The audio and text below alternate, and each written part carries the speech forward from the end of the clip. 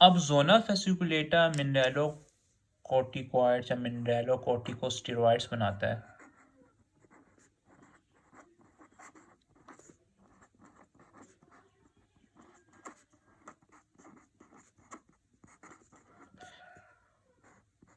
जिसमें एक एग्जांपल है जो मोस्ट इम्पॉर्टेंट मिनरलोकॉर्टिकोस्टेरॉइड बॉडी का, वो एल्डोस्टेरोन है। अगर जोना फेसिकुलेटा में इसका अगर ट्यूमर हो जाए तो अल्डोस्टेरोन ज़्यादा प्रोड्यूस होगा, प्राइमरी अल्डोस्टेरोनिज्म हो जाएगी या प्राइमरी हाइपर अल्डोस्टेरोनिज्म हो जाएगी, जिसको हम प्राइमरी अल्डोस्टेरोनिज्म हो जाएगी, जिसको हम कोन्स डिजीज़ भी कहते हैं। ठीक है, प्राइमरी अल्डोस्टेरोनिज्म का दूसरा नाम कोन्स डिजीज़ है। या फिर जो रीनल एंजियोटेंसिन अल्डोस्टेरोन सिस्टम को हमने डिस्कस किया था, उसमें जो एंजियोटेंसिन 2 जब बनता है तो वो जोना फेसिकुलेटा के सेल्स पे आकर वहाँ पे उसका रिसेप्टर होता है, वहाँ पे आकर लगता है। और इन सेल्स के अंदर पहले से कोलेस्ट्रॉल होता है। मतलब एक रीज़न ट्यूमर है, दूसरी रीज़न क्या हो सकती है जो कि प्राइमरी अल्डोस्टेरोनिज्म कर सकती है, वो गेन ऑफ फंक्शन म्यूटेशन हो सकती है in enzymes involve in the pathway for the synthesis of aldosterone. तो जोना फेसिकुलेटा पे ना एंजियोटेंसिन 2 के रिसेप्टर्स होते हैं और इन सेल में पहले से कोलेस्ट्रॉल, एंजियोटेंसिन जो है आगे लगता है और स्टिमुलेट करता है। ठीक है, होता क्या है इन सेल्स के अंदर, मैंने क्या बात की है कि कोलेस्ट्रॉल होता है।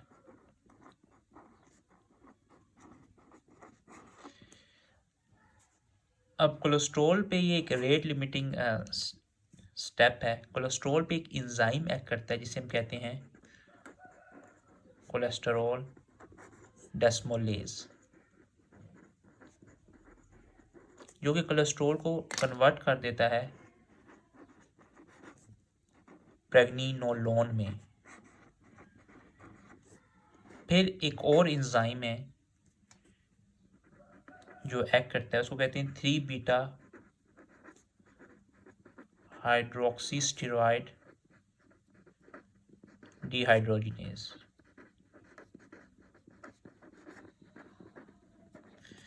जो कि प्रेग्निनोलोन को कन्वर्ट कर देता है प्रोजेस्टेरोन में।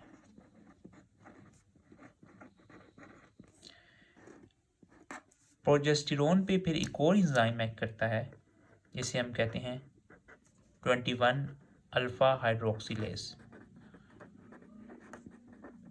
जो कि प्रोजेस्टेरोन को कन्वर्ट कर देता है 11 डिऑक्सी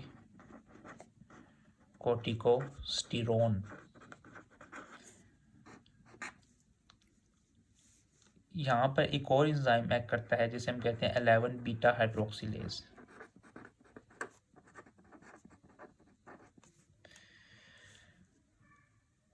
जो कि इसको कन्वर्ट कर देता है कोर्टिकोस्टेरोन में।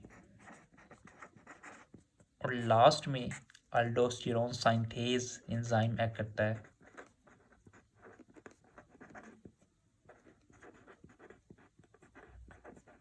जो कि कोर्टिकोस्टेरोन को कन्वर्ट कर देता है अल्डोस्टेरोन में। तो ये पूरा एक पाथवे है।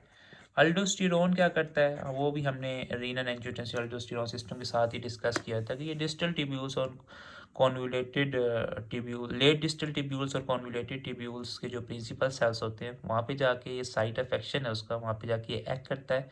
और हमारे पास ये जो एपिथेलियल सोडियम चैनल्स हैं उसकी स्टिमुलेशन करवाता है, जो कि ल्यूमिनल मेम्ब्रेन पे होते हैं और वहाँ से सोडियम की रीअब्जॉर्प्शन होती है, वाटर को फॉलो करता है, जिसकी वजह से ब्लड वॉल्यूम ज़्यादा होता है, जिसकी वजह से ब्लड प्रेशर ज़्यादा होगा। तो अब अगर इस पूरे पाथ में से किसी एक एंजाइम में गेन ऑफ फंक्शन म्यूटेशन हो जाए, वो जीन में म्यूटेशन हो जाएगी जो कि रिस्पॉन्सिबल है for the synthesis of one of these enzymes, तो ये पाथवे जो है स्पीड अप हो जाएगा, ज़्यादा अल्डोस्टेरोन बनाना शुरू कर देगा। तो ज़्यादातर जो गेन ऑफ फंक्शन होता है वो 21 अल्फा हाइड्रोक्सिलेज और अल्डोस्टेरोन साइंथेज में होती है। ठीक है, इसमें 2 रेट लिमिटिंग स्टेप है, एक तो पहला वाला है और एक ये वाला है। तो ये भी प्राइमरी एल्डोस्टेरोनिज्म या प्राइमरी हाइपर एल्डोस्टेरोनिज्म कॉज करता है। अच्छा, अगर आप इसमें ब्लड लेवल्स करवाएंगे ना, तो इसमें सीरम रेनिन जो है ना, सीरम रेनिन वो नॉर्मल आएगा, क्योंकि रेनिन का तो मसला ही नहीं है, रेनिन का तो मसला ही नहीं है। लेकिन सीरम अगर एल्डोस्टेरोन आप करवाएंगे तो वो आपके पास ज़्यादा आ रही होगी।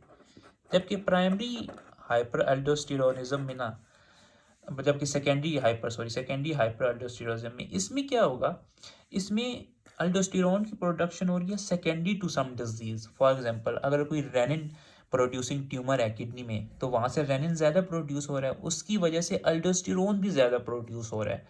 तो अगर इसमें, इस केस में सेकेंडरी हाइपर एल्डोस्टेरोनिज्म में अगर आप ब्लड लेवल्स करवाएंगे, तो उसमें आपको सीरम रेनिन भी इंक्रीज्ड मिलेगी और सीरम एल्डोस्टेरोन भी इंक्रीज्ड मिलेगी। उसके बाद एंडोक्राइन कॉजेज के बाद हमारे पास आ जाती हैं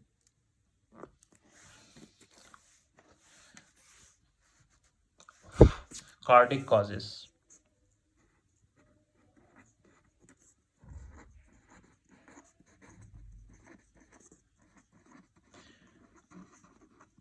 कार्डिक कॉजेज में हम काफ़ी ज़्यादा कॉजेज हैं, जिसमें से एक तो कोआक्टेशन ऑफ एओर्टा है,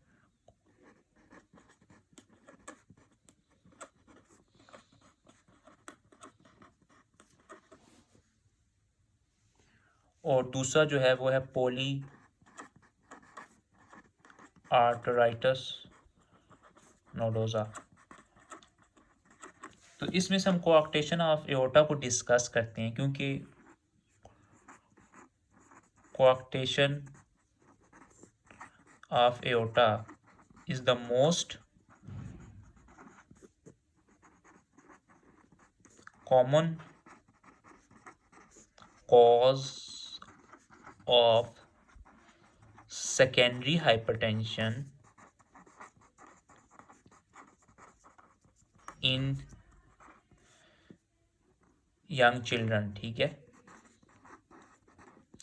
तो अब होता क्या है कि अगर हम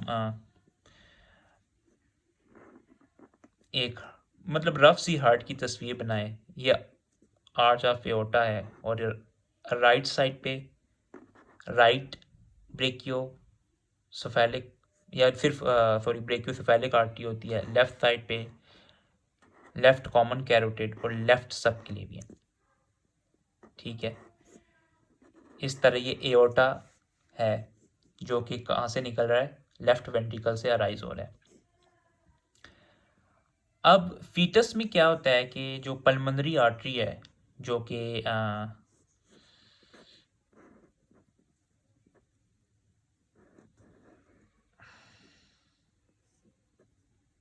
पल्मोनरी आर्टरी है, जो कि राइट वेंट्रिकल से आ रही होगी, और ये लंग्स की तरफ पल्मोनरी ट्रंक राइज होगा, जो कि राइट और लेफ्ट पल्मोनरी आर्टरी में डिवाइड हो जाएगी। फीटस में क्या होता है कि यहाँ पे ब्लड बाईपास कर रहा होता है, मतलब राइट वेंट्रिकल से ब्लड जो है आर्च ऑफ एओर्टा में इंटर हो रहा होता है। इसको कहते हैं, इस बाईपास को कहते हैं डक्टस आर्टेरियोसस। और बर्थ के बाद ये बाईपास बंद हो जाता है और ये कन्वर्ट हो जाता है लिगामेंटम आर्टेरियोसम में। अब होता ये है कि कोआक्टेशन ऑफ एओर्टा में ये या तो दो टाइप्स का होता है कोआक्टेशन ऑफ एओर्टा, एक तो प्री डक्टल होता है और एक पोस्ट डक्टल होता है। पोस्ट डक्टल जो है वो कह सकते हैं कि एक सवेयर फॉर्म है कोआक्टेशन ऑफ एओर्टा की। वैसे तो ये भी है, लेकिन ये जो है ज़्यादा आप कह लें कि इसके एक तो ज़्यादा कॉमन कह लें इसको। ठीक है, तो इसमें ये क्या होता है कि जो कोआक्टेशन ऑफ एओर्टा का मतलब ये है कि एओर्टा तंग हो गया है, किससे, मतलब पोस्ट डक्टल तंग हो गया, मतलब डक्टस के बाद, मतलब ये इस तरह हो गया। ठीक है, जो हमारे पास लिगामेंटम आर्टियोसम है उसके बाद जो है कोआक्टेशन ऑफ एओर्टा होगी, इसको आप पोस्ट डक्टल कहते हैं। और अगर प्री डक्टल है तो वो लिगामेंटम आर्टियोसम से पहले वो तंग हो जाएगी एओर्टा। तो अगर हम पोस्ट डक्टल की बात करें तो इसमें हमें पता है कि ये ब्रेकियोसेफेलिक है, ये आगे जाके फिर जो है राइट कॉमन कैरोटिड और राइट सबक्लेवियन आर्टरी में डिवाइड हो जाती है। अब राइट सबक्लेवियन आर्टरी जो है वो अपर लिम्ब की तरफ जा रही है, इधर से लेफ्ट सबक्लेवियन आर्टरी जो है वो अपर लिम्ब की तरफ जा रही है, और सबक्लेवियन आगे जाके एक्सिलरी आर्टरी बन जाती है, फिर ब्रेकियल आर्टरी बन जाती है। ठीक है, सबक्लेवियन आर्टरी जो है, ठीक है, फिर एक्सिलरी आर्टरी, फिर ब्रेकियल आर्टरी। ठीक है, और ये लेफ्ट कॉमन कैरोटिड आर्टरी है। ठीक है, लेफ्ट कैरोटिड आर्टरी, और यहाँ से राइट कैरोटिड आर्टरी जो है वो अराइज हो रही है ब्रेकियोसेफेलिक आर्टरी से, और ब्रेकियोसेफेलिक आर्टरी से राइट हो रही है कैरोटिड आर्टरी, और यहाँ से राइट सबक्लेवियन आर्टरी जो है जा रही है, और ये इसी तरह एक्सिलरी आर्टरी, ब्रेकियल आर्टरी। तो ये अपर लिम्ब और हेड एंड नेक रीजन पे जा रही है ये आर्टरी जो आर्च ऑफ एओर्टा पे है। तो इधर तो कोई मसला नहीं है, लेकिन इधर जो है कोआक्टेशन ऑफ एओर्टा इतनी सवेयर है कि ब्लड जो है कम जा रहा है टू रीनल आर्टरीज। ठीक है, ये बिल्कुल वैसे ही है जैसे कि हमने रीनल आर्टरी स्टेनोसिस को पढ़ा था। तो ब्लड कम जा रहा है, होगा क्या कि जो एफरेंट आर्ट्रियोल्स है उसमें जेजे सेल्स, जुक्स्टाग्लोमेरुलर सेल्स होंगे, जुक्स्टाग्लोमेरुलर सेल्स होंगे, वो जो है रेनिन प्रोड्यूस करेंगे, और इस तरह रेनिन एंजियोटेंसिन अल्डोस्टेरोन एक्टिवेट हो जाएगा, और इस सिस्टम से क्या होगा कि सोडियम की रीअब्सॉर्प्शन ज़्यादा होगी, ब्लड वॉल्यूम बढ़ेगा, ब्लड प्रेशर बढ़ेगा। लेकिन अपर रीजन ऑफ बॉडी में, ठीक है, यहाँ पे भी ब्लड वॉल्यूम तो बढ़ रहा है ना, स्ट्रोक वॉल्यूम तो बढ़ रहा है, तो अपर पोर्शन में जब आप अपर लिम्ब का ब्लड प्रेशर चेक करेंगे वो ज़्यादा आएगा, और लोअर लिम्ब का अगर आप चेक करेंगे तो वहाँ पे ब्लड प्रेशर नियर नॉर्मली आएगा या फिर नॉर्मल आएगा।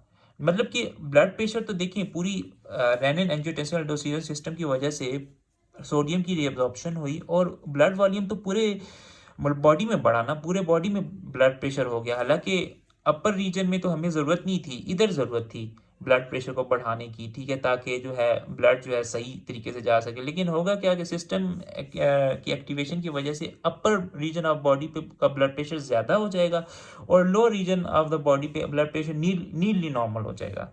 तो ये एक इम्पॉर्टेंट क्लिनिकल आप कह लें कि क्लिनिक पे बैठ के आप अपर और लोअर लिम्स का जो है ब्लड प्रेशर चेक करेंगे तो आपको ये फाइंडिंग मिलेगी कोआक्टेशन ऑफ एओर्टा में।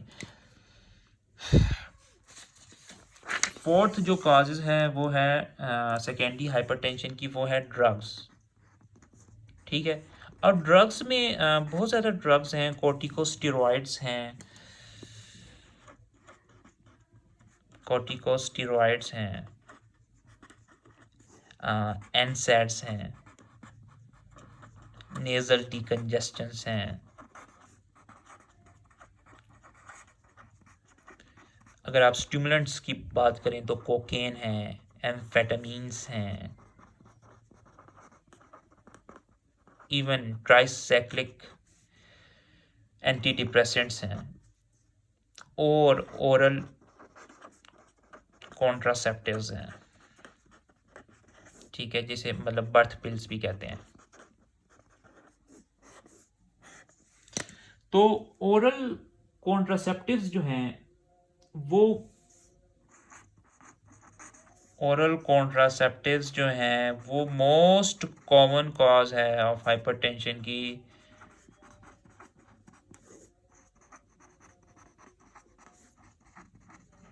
ऑफ सेकेंडरी हाइपरटेंशन की,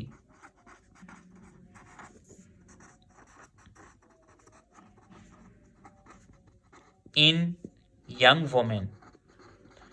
अब इधर हमें एग्जैक्ट मैकेनिज्म नहीं पता कि ओरल कॉन्ट्रासेप्टिव्स किस तरह सेकेंडरी हाइपरटेंशन कर रहे हैं, लेकिन ओरल कॉन्ट्रासेप्टिव्स जो हैं हमें एक थ्योरी पता है कि ये लिवर पे एक्ट करते हैं, और लिवर से एंजियोटेंसिनोजन को